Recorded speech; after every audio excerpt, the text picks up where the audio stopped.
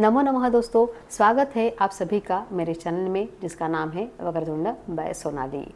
तो इस आह्लाद की 12th बोर्ड की सीरीज़ में यानी 12th स्टेट बोर्ड की सीरीज़ में आह्लाद नाम का जो आपका पाठ्य पुस्तक है उसकी पूरी सीरीज़ में बना रही हूँ। और इसमें आज हम लोग देखने वाले हैं द्वितीय पाठः प्राचीन काले प्रसाधनम। अगर आप चैनल पर नए हैं तो जल्दी से चैनल को सब्सक्राइब कीजिए, बेल आइकन दबाइए ताकि आने वाली वीडियोस की जानकारी आपको मिलती रहे। और शुरू करते हैं प्राचीन काले प्रसाधनम। प्राचीन काले प्रसाधनम भूमिका देख लेते पहले। प्रसाधनम कस्मै न रोचते। प्रसाधनम यानी श्रृंगार, तो श्रृंगार किसे पसंद नहीं होता है। संस्कृतेः उषः कालादारभ्य अद्यतनीयं कालम यावत् मनुष्य प्रसाधन प्रिय, यानी संस्कृति से के आरंभ काल से लेकर अभी तक आज तक ऐसा प्रतीत होता है कि मनुष्य को श्रृंगार हमेशा ही प्रिय रहा है। सिंधु संस्कृति विषयकेषु उत्खननेषु एका प्रसाधन पेटिका अपि उपलब्धा, यानी सिंधु घाटी सभ्यता के संबंधित खुदाई में एक आभूषण की पेटी भी मिली थी। प्राचीन कालात् ज्ञायते यत् स्त्रियः प्रसाधनैः अलङ्करणं कृत्वा उत्सवेषु विलसन्ति स्म, यानी प्राचीन काल से ही देखने में आता है कि स्त्रियां श्रृंगार करती थी और उत्सवों में उनका प्रदर्शन करती थी। रामायणे अनुसूया सीतायै गन्धान् उपहृतवती इति उल्लिखितम् अस्ति। गन्धान यानी परफ्यूम्स। तो रामायण में उल्लेख है कि अनुसुईया ने सीता को इत्र भेंट किया था। कौटी महाभारते द्रौपदी सैरंध्री रूपेण सुदेशनायाः प्रसाधनम अकरोत्। तो महाभारत में द्रौपदी ने सैरंध्री के रूप में सुदेशना का श्रृंगार किया था। कौटिल्ये अर्थशास्त्रे पुराणेषु तथा जातक कथासु अपि प्रसाधनस्य कानिचन अंगानि वर्णितानि। तो कौटिल्य के अर्थशास्त्र पुराणों के साथ साथ जातक कथाओं में भी इसका वर्णन मिलता है या श्रृंगार के पहलू का वर्णन मिलता है। तो आयुर्वेद ग्रंथैः प्रसाधनानाम् आरोग्यदृष्ट्या विवरणं कृतम्, यानी आयुर्वेदिक ग्रंथों में श्रृंगार के स्वास्थ्य लाभों का वर्णन किया गया है। प्रसाधनानां निर्माण विधयः, यानी ये जो सारे श्रृंगार की विधियां है तो उसके उत्पत्ति के बारे में बताया गया है। अजंता बेरुल गुहासु चित्रशिल्पेषु अपि प्रसादिताः जनाः दृश्यन्ते। तो अजंता एलोरा की गुफाओं की मूर्तियों में भी श्रृंगार किए हुए लोग दिखाई देते हैं। केश त्वक मुख नखादीनां शरीरवयवानां सौंदर्यवर्धनं केशरचना वस्त्रपरिधारणं भूषणधारणं गंधयुक्तादयः सन्ति प्रसाधनकलायाः घटकाः। तो शरीर के अंगों जैसे बाल यानी केश, त्वक यानी त्वचा, मुख यानी चेहरा, नख यानी नाखून और बाकी के केश विन्यास, कपड़े पहनना, आभूषण पहनना, इत्र का उपयोग करना, सौंदर्य कला, तो ये सौंदर्य प्रसाधन के पहलू है। अभी शुरुआत करते हैं लेसन को। प्रसाधनम नाम मानव जीवनस्य महत्वपूर्ण अंगम। तो सौंदर्य प्रसाधन श्रृंगार मानव जीवन का एक बहुत ही महत्वपूर्ण अंग है। न केवलम अद्यतनीये काले अपितु प्राचीन कालेपि जगति अस्मिन् सर्वत्र सर्वे स्त्री पुरुषाः प्रसाधन प्रियाः, यानी आज के समय में ही नहीं लेकिन प्राचीन काल में भी इस संसार में सभी स्त्री पुरुष सौंदर्य प्रसाधनों के शौकीन थे। वेदादिषु ऋतुसंहार मेघदूत गाहा सत्तसई आदिषु संस्कृत प्राकृत काव्येषु तथा मानसोल्लास बृहत् संहितादिषु शास्त्रग्रंथेषु प्रसाधन कला वर्णिता, यानी वेदों आदि में ऋतुसंहार मेघदूत गह सत्तसई आदि संस्कृत और प्राकृत काव्यों में तथा मानसोल्लास बृहत् संहिता आदि शास्त्रीय ग्रंथों में भी सौंदर्य प्रसाधनों का वर्णन मिलता है। और बौद्ध वाङ्मये यानी बौद्ध साहित्य में भी ललित विस्तरदादिषु ग्रंथेषु अपि प्रसाधनानां बहवः संदर्भाः प्राप्यन्ते। और बौद्ध साहित्य के विस्तृत ग्रंथों में भी प्रसाधनों के अनेक उल्लेख मिलते हैं। तो पुरातने काले अपि सौंदर्यस्पर्धानाम् आयोजनं भवति स्म, यथा जनकल्याणी, नगरसौभिनी, इति। तो प्राचीन काल में भी जनपद कल्याणी और नगर सौभिनी इति ऐसे सौंदर्य प्रतियोगिताएं भी आयोजित की जाती थी। चित्रशिल्पेषु नैकविधाः प्रसाधनपराः जनाः दृश्यन्ते, यानी विभिन्न सौंदर्य प्रसाधनों के शौकीन लोग चित्रकला और मूर्तियों में भी दिखाई देते हैं। तथा उत्खननेषु अपि प्राचीनानि प्रसाधन साधनानि प्राप्तानि, तो साथ ही उत्खनन में प्राचीन सौंदर्य प्रसाधन उपकरण भी मिले हैं। अनेन सुष्ठु ज्ञायते, तो इससे निश्चित रूप से पता चलता है अति प्राचीन कालात् एव भारते न केवल स्त्रियः किंतु पुरुषाः अपि प्रसाधन कलायां निपुणाः, यानी इससे निश्चित रूप से पता चलता है कि भारत में न केवल महिलाएं बल्कि पुरुष भी प्राचीन काल से ही सौंदर्य प्रसाधन कला में निपुण थे। तदर्थं विविध प्रसाधन साहित्यस्य प्रभुतम उपयोजनम भारतीयाः कृतवन्तः, तो इसके लिए भारतीयों ने विभिन्न सौंदर्य प्रसाधनों का भरपूर उपयोग किया हुआ है। याः चतुष्षष्टिकलाः सुविदिताः तासु अपि नैकाः प्रसाधनकलाः निर्दिष्टाः, तो 64 जो कलाएं हैं, दो प्रसिद्ध कलाओं में से सौंदर्य प्रसाधन भी एक कला है। तो सुविदिताः तासु अपि नैकाः प्रसाधनकलाः निर्दिष्टाः। मर्दनं, विलेपनं, केशभूषा, माल्यभूषा, परिधेयं, गन्धयुक्तिः, अलङ्करणम् इत्यादीनि प्रसाधनकलायाः 16 अंगानि सन्ति। तो सौंदर्य के 16 अंग है, जैसे मर्दन यानी मालिश करना, विलेपनम लेप लगाना, केशभूषा मालाएं पहनना, अच्छे वस्त्र पहनना और गंध द्रव्य यानी इत्र लगाना, आभूषण, ये सारे इसके 16 अंग कहलाते हैं, 16 अंग इसके कहलाते हैं। प्रसाधनस्य द्वौ विभागौ आंतरिक प्रसाधनम तथा बाह्य प्रसाधनम, यानी सौंदर्य के 2 विभाग होते हैं, एक आंतरिक सौंदर्य और दूसरा है बाहरी सौंदर्य। तो शरीरस्य निरामयत्वम नाम आंतरिक प्रसाधनम, यानी स्वस्थ शरीर ही आंतरिक स्वच्छता है। यह तद उचित आहार, निद्रा, जलपान, व्यायामादिकैः अवश्यम एव साध्यम, तो उसे कैसे पाया जा सकता है? तो निश्चित रूप से उचित आहार, नींद, पानी और व्यायाम यानी एक्सरसाइज आदि से प्राप्त होता है। तदनंतरम एव बाह्य प्रसाधन उपयोजनम कर्तव्यम, और उसके बाद बाह्य स्वच्छता का उपयोग करना चाहिए, जैसे दंत धावनम यानी ब्रश करना, केश सम्मार्जनम यानी बालों को धोना, स्नानम तथा विलेपनम प्रतिदिनम करणीयम इति उचितम एव उपदिष्टम प्राचीनैः। तो बालों को धोना और कंघी करना, स्नान करना, तो ऐसे ये सारी चीज़ें बाहरी सौंदर्य ठीक करने के लिए पूर्वजों ने ठीक ही कहा है। स्नानार्थम फेयम भेनकम तथा वनौषधि युतानि चूर्णकानि उपलब्धानि, यानी स्नान के लिए, नहाने के लिए साबुन या हर्बल पाउडर उपलब्ध है। तो इससे क्या होता है? विलेपनेन त्वक उज्ज्वला मृदुतरा च भवति, यानी इससे क्या होता है? हमारी त्वचा चमकदार और मुलायम बनती है। तथा दुर्गंधनाशम अपि शक्यम, दुर्गंधनाशन अपि शक्यम, यानी दुर्गंध का नाश होता है, साथ ही बुरी गंध को समाप्त किया जा सकता है।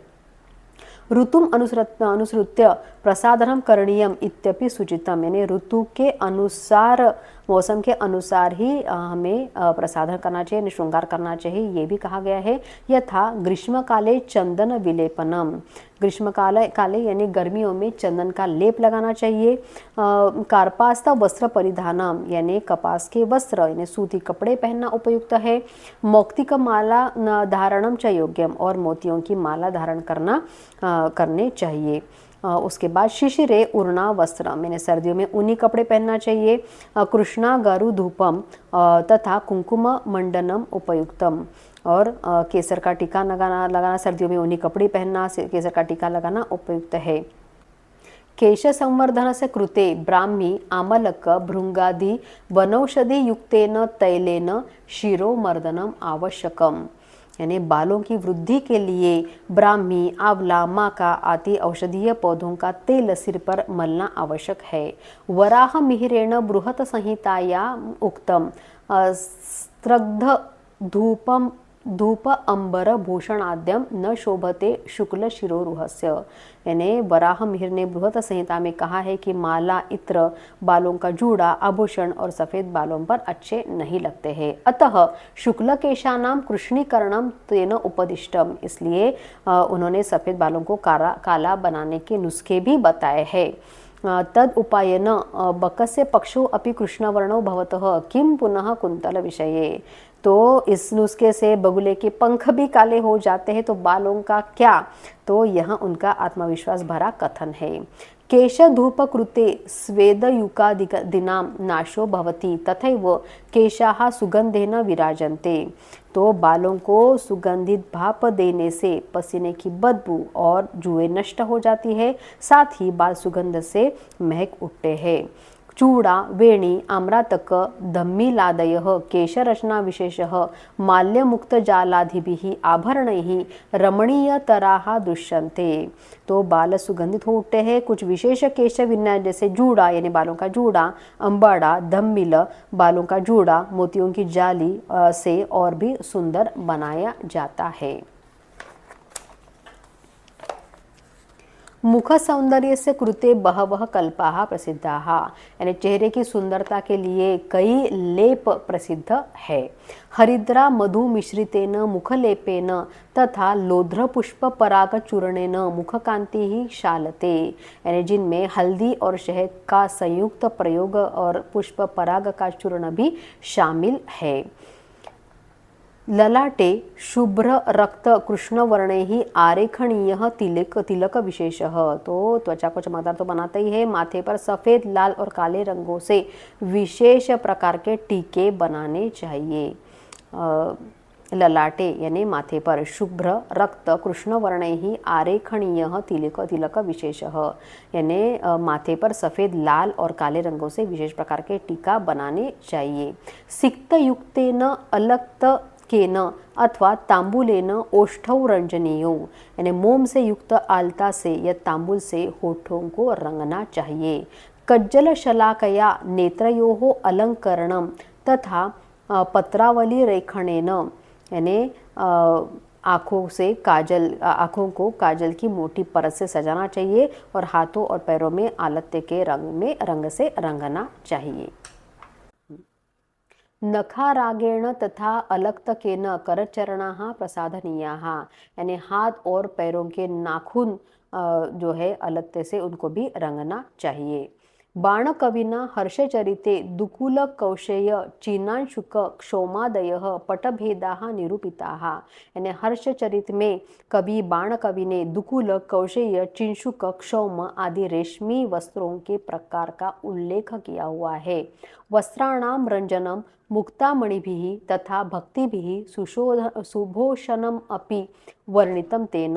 तो वस्त्रों के विविध रंगों तथा पत्तियों और फूलों से रंग कर वस्त्र की सजावट का भी वर्णन किया हुआ है। नागपत्तनम प्रतिष्ठान नगरम काशीपुरम तथा कलिंग, वंग, अंग, चोलादि प्रदेशाः चीन, सिंहलादि देशाः प्रसिद्धाः नानाविध वस्त्राणां निर्माणे, यानी नागपट्टन यानी नागपुर, प्रतिष्ठान नगरम यानी पैठन, काशी के साथ साथ कलिंग, बंगा यानी बंगाल, अंग यानी उत्तर भारत, चोल यानी कांचीपुरम, श्रीलंका आदि देश विभिन्न वस्त्रों के उत्पादन के लिए प्रसिद्ध है। प्रसाधनस्य परमोत्कर्षः नाम भूषण विन्यासः, यानी अलंकरण का सर्वोच्च रूप आभूषण धारण करना है। हेम, रजत, गजदंत, शंख, शुक्ति, मौक्तिक, रत्नादिभिः अलंकरणानां निर्माणं भवति, यानी अलंकरण का सर्वोच्च पद यानी आभूषण कैसे, तो सोने के, हेम, रजत, गजदंत यानी सोने के, चांदी के, हाथी दांत के, शंख, सीप, मोती और जेड से बने होते हैं। भरत मुनिना वर्णितम चतुर्विधम अलंकरणम तथा तस्य कतिपयानि उदाहरणानि ईदृशानि सन्ति। तो भरत मुनि ने 4 प्रकार के आभूषणों का वर्णन किया हुआ है, उनके कई उदाहरण यहाँ पे दिए हुए हैं। यह इस प्रकार है कि आवेद्यम कुंडले नासा मौक्तिकम बंधनीयम केयूरम मेखला आरोप्यम बहुविधाः हाराः चूड़ामणिः प्रक्षेप्यम नुपुरौ कंकणादि बहुभूषणं खेदकरं लघुभूषणं श्लाघ्यम एतद अपि सूचितम भरत मुनिना। यानी भरत मुनि ने किन किन आभूषणों का किया हुआ है वर्णन, तो यहाँ पे बताया गया है। तो कान की बालियाँ, नाक की बालियाँ, कुंडले नासा मौक्तिकम, उसके बाद है बंधनियम केयूरम और मेखला, यानी बांधने योग्य जो है वो है मेखला और केयूर यानी बाजूबंद, लगाने योग्य जो है वो गजरे और चूड़ामणि, और पहनने योग्य यानी पैंजन जिसको हम लोग बोलते हैं या तो कंगन। तो बहुभूषणम खेदकरकम बहु लघुभूषणम श्लाघ्यम एतदपि सूचितम भरत मुनिना, यानी बहुत अधिक आभूषण पहनना बहुत अधिक दिखावटी लगता है, लेकिन भरत मुनि ने भी सुझाव दिया है कि कम आभूषण पहनना ही बेहतर है। सुगंधिनी मृदुतराणी पुष्पभूषणानि अपि सर्वलोकप्रियाणि, सुगंधित और नाजुक फूलों के आभूषण भी बहुत लोकप्रिय है। यदि अशोक कर्णिकार सिंधुवारादि कुसुमालंकाराः धार्यन्ते तर्हि अनुक्रमेण माणिक्य सुवर्ण मौक्तिकादिभिः किं प्रयोजनम। तो सुगंधित और नाजुक फूलों के आभूषण अगर आप अशोक के फूल, कर्णिकार के फूल, सिंधुवार के फूल से बने आभूषण पहनते हैं तो माणिक, सोने या मोतियों का क्या उपयोग। दैनंदिन जीवने प्रसाधनानि उपयुज्यन्ते एव, यानी सौंदर्य प्रसाधनों का उपयोग दैनंदिन जीवन में होता है, किंतु विवाहादिषु तथैव उत्सव प्रसंगेषु जनाः विशेषेण प्रसाधनपराः भवन्ति, लेकिन लोग विवाहों में और त्योहारों पर विशेष सौंदर्य प्रसाधनों का प्रयोग करते हैं। प्राचीन प्रसाधन विषये अयं विशेषः लक्षणीयः नाम नैसर्गिकतया उपलब्धानां प्रसाधनानां प्राचुर्यम्। तो प्राचीन सौंदर्य प्रसाधनों की खास बात यह है कि उनमें प्राकृतिक रूप से नेचुरल तरीके से उपलब्ध सौंदर्य प्रसाधनों का व्यापक उपयोग होता था। मानसोल्लास ग्रंथे प्राकृतिक सामग्र्या विलेपन चूर्णक तैल गंधादिकानां निर्माणं वर्णितम्, यानी मानसोल्लास ग्रंथ में प्राकृतिक संसाधनों से लेप, चूर्ण, तेल और सुगंध के निर्माण का वर्णन है।